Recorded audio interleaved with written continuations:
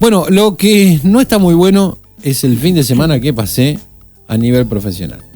Traté de entender las cuotas individuales de transferencia de captura. Mire para acá, le iba, un poquito entendí, pero ansiaba que llegara el lunes, martes, miércoles, llegue esta semana para que alguien me lo explique puntualmente y técnicamente para que todos lo podamos entender. Entonces, por eso en esta mañana vamos a charlar justamente con alguien que también recibió el premio Popa Azaro. Por eso vamos a charlar con el doctor Julián Suárez, asesor del SESMAR. Hola Julián, buen día, ¿cómo estás? Muy buenos días, Gustavo, para vos, para todo el equipo y por supuesto también para toda la audiencia. Acá me recuerda Eugenia que también recibiste el premio Popa Azaro.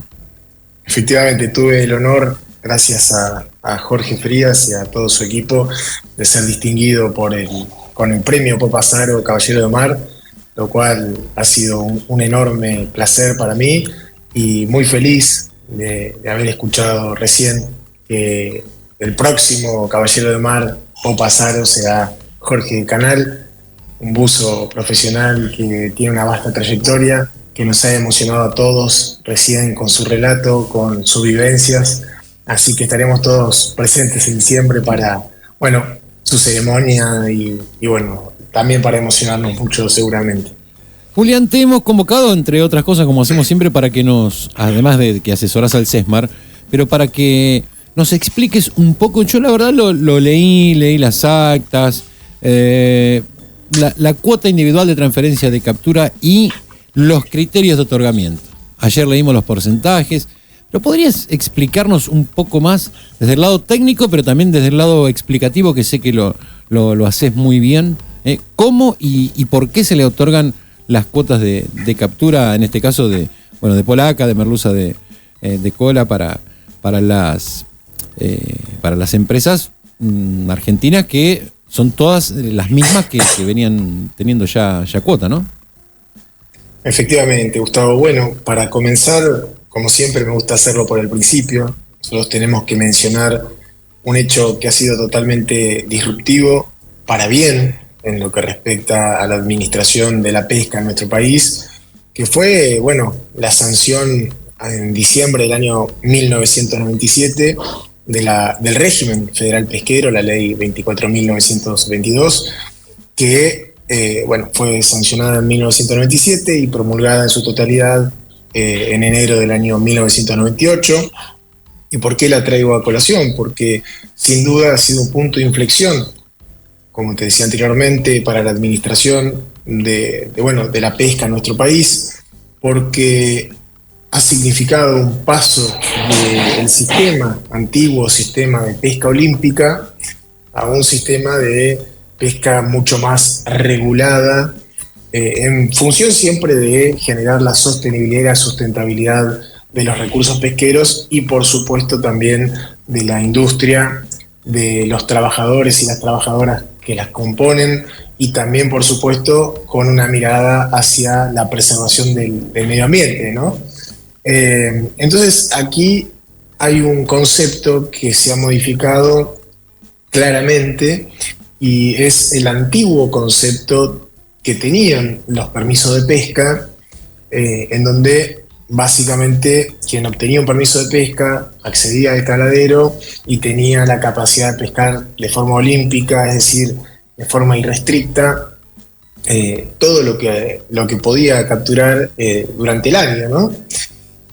Y ahora, desde ya aquellos años de 1998 en adelante, y con un trabajo que ha llevado muchos años en el seno del Consejo Federal Pesquero, se ha avanzado sobre una caracterización diferente que nos habla de permisos de pesca, cuotas individuales transferibles de captura y o autorizaciones de captura.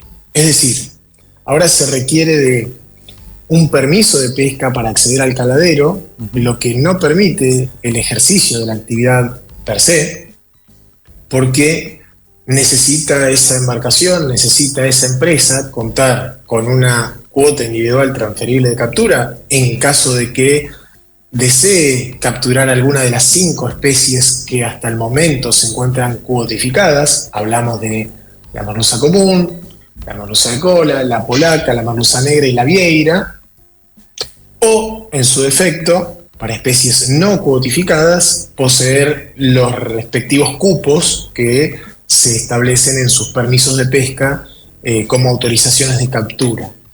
Tenemos que recordar, y nunca está de más, que el ejercicio de la actividad de nuestro país no es libre, ¿sí? Para ejercer la actividad pesquera se requiere de habilitaciones estatales y de concesiones estatales. Un buen ejemplo de habilitación estatal es un permiso de pesca. Bien. Y otro excelente ejemplo de concesión estatal son las cuotas individuales transferibles de captura o, en su defecto, las autorizaciones de captura. Ahora, ¿por qué? Julián, perdón, ya cierro, sí, Gustavo, sí. Pero me parece importante. ¿Por qué se habla de habilitaciones estatales o concesiones estatales? Porque efectivamente los recursos que se capturan son estatales, son de dominio estatal, claro. Como siempre lo venimos marcando, en jurisdicción nacional de la nación, en jurisdicción de cada una de las provincias con litoral marítimo de cada una de esas provincias. Te quería desglosar la sigla, ¿no? Porque estas cuotas son individuales. ¿Por qué se denominan individuales? ¿Porque se otorgan a embarcaciones o a las empresas? ¿Por qué esta denominación de individual? Efectivamente, por supuesto que los buques pertenecen a empresas, sí. ¿Sí? Pero la unidad que se utiliza para realizar la captura es una embarcación, eso está más que claro. Cada una de estas posee, en el marco de la cuotificación o ahora en el marco de la recuotificación, tenemos el placer de hablar de una recuotificación, un porcentaje asignado por embarcación, por empresa, por grupo empresario, en caso de que las empresas también conformen un grupo empresario. Por eso es individual. Bien. ¿Y por qué es transferible? Porque efectivamente se puede transferir de una embarcación a otra de forma temporal, es decir, por el año en curso o por lo que queda del año en curso, o de forma definitiva, es decir, por lo que dura todo el régimen. ¿Y se tienen que transferir entre embarcaciones de la misma empresa o se las pueden otorgar de una empresa a otra? No, se pueden otorgar dentro de las embarcaciones que conforman la empresa o el grupo empresario, como así también por fuera de esto. Ajá. Y en ese caso, ¿ahí el Consejo Federal Pesquero interviene en esa negociación o simplemente se lo informa que yo le transferí a tal empresa la cuota que me tocaba a mí de polaca, por ejemplo? No, por supuesto que el Consejo Federal Pesquero, que es el órgano facultado por la Ley Federal de Pesca para, entre otras cosas, dirigir la política pesquera nacional y también establecer los distintos cánones que se abonan por el ejercicio de la misma, tiene su intervención para cuando se trate de transferencias definitivas, ¿no? Uh-huh. Cuando hablamos de transferencias temporales, esas transferencias, el trámite administrativo cursa dentro de lo que es el ejido de la autoridad de aplicación, es decir, el subsecretario de Pesca y Acuicultura de la Nación, ¿no? Uh-huh. Las empresas deben realizar el pago del canon correspondiente, establecido por el Consejo Federal Pesquero, pero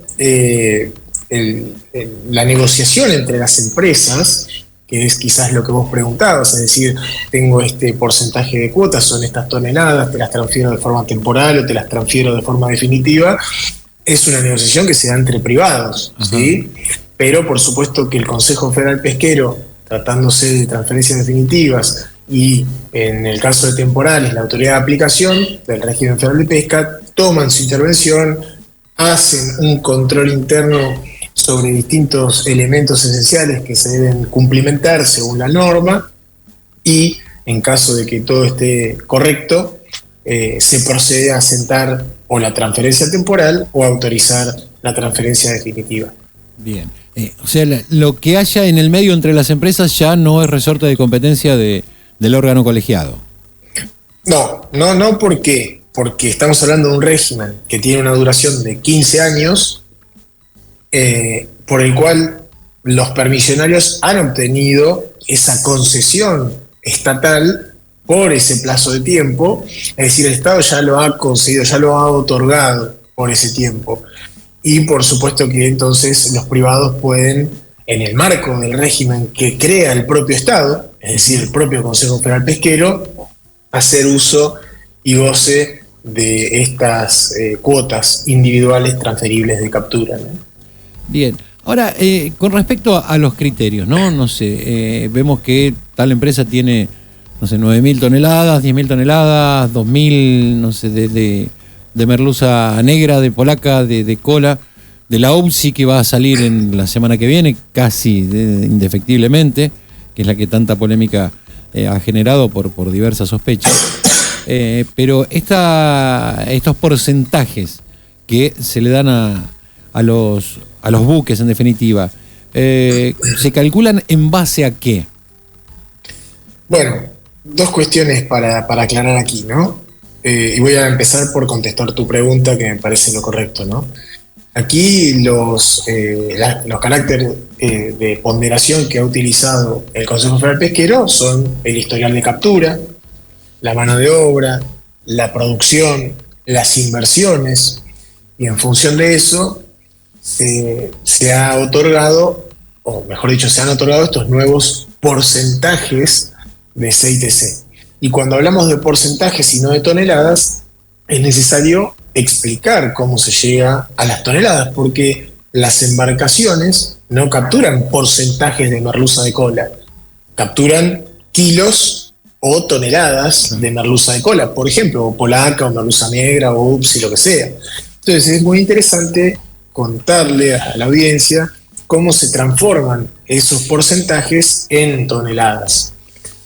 Bueno, la propia ley establece que el Instituto Nacional de Investigación y Desarrollo Pesquero realizará, en función de las campañas de investigación específicas, el monitoreo permanente, ya sea a bordo o en los desembarques de las capturas de los buques pesqueros, informes técnicos oficiales que elevará al Consejo Federal Pesquero en función de determinar una captura biológicamente aceptable, lo que denominamos CBA. Esa captura biológicamente aceptable básicamente nos dice, para el año que viene, ¿sí? El INIDEP estima que como máximo se debería pescar tantas toneladas. Por ejemplo, en merluza negra esa recomendación fueron 3.700 toneladas. Ajá. Para este año en curso. Esto estamos hablando en el año 2023, se establece la captura máxima permisible para el año 2024. Sí.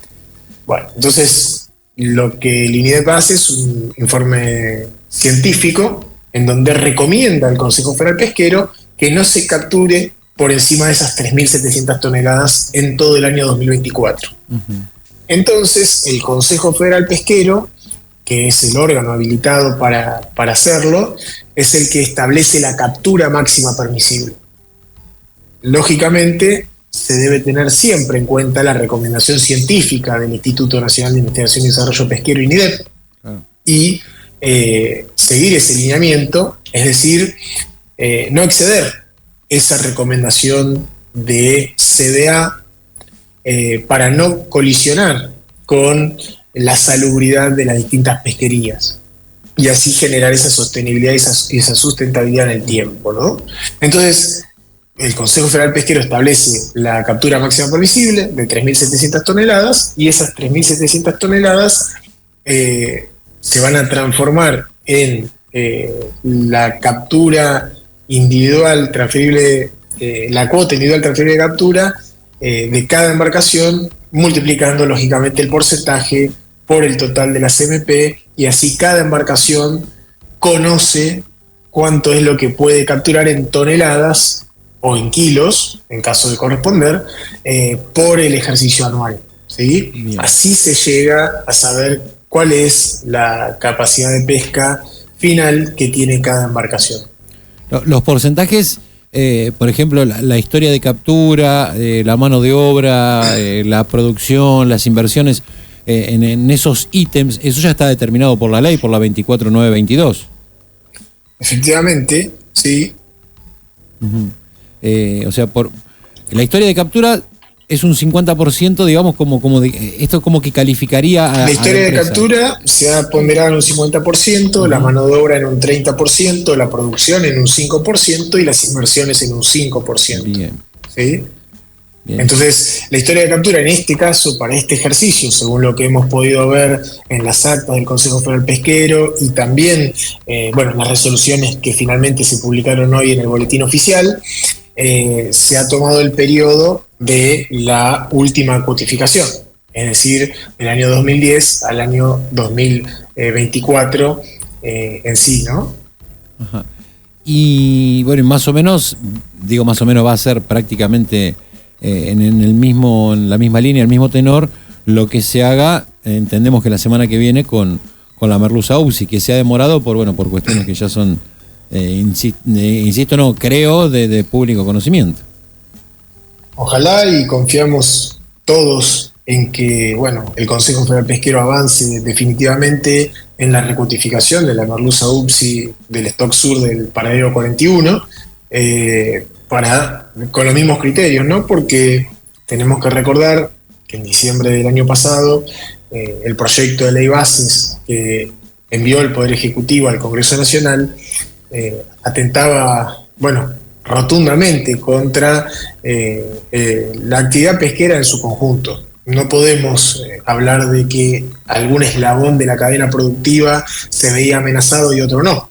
Lamentablemente se hablaba de licitaciones públicas internacionales, es decir, vender la cuota al mejor postor, que se permita descargar las capturas en cualquier puerto del mundo, que las tripulaciones sean de cualquier nacionalidad, sin importar y sin tener ningún reparo por sobre la marinería argentina, entre otras tantas cosas. Es decir, el sector ha vivido hasta ahora, y creo que al respecto de la recuotificación, si la semana entrante el Consejo Federal recuotifica la merluza UPSI, ha vivido momentos de zozobra desde diciembre hasta aquí, muchísima incertidumbre, que por supuesto tiene, su caja de resonancia también en las actividades conexas a la actividad pesquera argentina, como puede ser la industria naval. Si los armadores, si las empresas, si los trabajadores y las trabajadoras del sector no tienen previsibilidad, dejan de invertir y de reinvertir su rentabilidad, dejan de proyectar un futuro, y lógicamente eso no es positivo para ninguna actividad productiva en el mundo, y hablando de la nuestra, no lo es para la pesca. Me gustaría tirar algunos números con relación a la recuotificación, y haciendo un ejercicio contrafáctico, porque no podemos ver el futuro, pero con los últimos años podemos trabajar en un ejercicio que nos permita dilucidar algunos números que quería compartir contigo y con toda la audiencia. Sí, claro.